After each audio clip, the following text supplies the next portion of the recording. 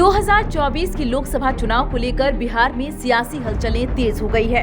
हाजीपुर के बाद बिहार के भोजपुर में भी इसको लेकर एनडीए में मामला फंसता दिख रहा है। हालांकि भोजपुरी फिल्म के सुपरस्टार पवन सिंह ने इस सीट पर अभी दावा नहीं किया है, लेकिन पत्रकारों के यह पूछने पर कि क्या भोजपुर से चुनाव लड़ेंगे, उन्होंने कहा कि आगे बढ़ने की इच्छा किसको नहीं होती है, कौन नहीं चाहता कि हम आगे बढ़ें। मैंने कमर कस लिया है, बस अब आदेश का है इंतजार। पवन सिंह ने यह कहकर बिहार में सियासी हलचलें तेज कर दी है। पवन सिंह के भोजपुर से चुनाव लड़ने की चर्चा काफी समय से चल रही है। इधर भोजपुर के सांसद और केंद्रीय मंत्री आर.के. सिंह ने कुछ दिन पहले ही बयान दिया था कि मैं फिर से भोजपुर से ही अपनी उम्मीदवारी सुनिश्चित करूंगा। लेकिन पवन सिंह के बयान के बाद भोजपुर में सियासी हलचलें तेज हो गई है।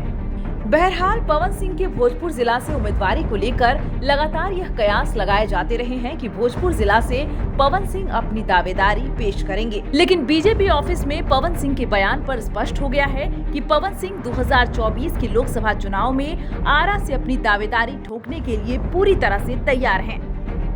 बताते चलें कि बिहार के हाजीपुर में पहले से ही देवर भाभी के आमने सामने होने की स्थिति बनी हुई है। हाजीपुर लोकसभा सीट रामविलास पासवान की परंपरागत सीट रही है, लेकिन उन्होंने मरने से पहले इस सीट से अपने भाई पशुपति पारस को अपनी पार्टी से प्रत्याशी बनाया था। उनके निधन के बाद उनके बेटे चिराग पासवान ने इस सीट पर दावा ठोकते हुए कहा कि यह सीट उनके पिताजी की है, इसलिए इस सीट पर अब उनकी मां चुनाव लड़ेंगी। चिराग के इस दावे को उनके चाचा और रामविलास पासवान के भाई पशुपति पारस ने खारिज करते हुए कहा कि उनके भाई ने मरने से पहले यह सीट उन्हें दिया था, इसलिए इस सीट को वे नहीं छोड़ने वाले हैं। इसको लेकर दोनों के बीच इस मुद्दे पर पहले से ही विवाद चल रहा है।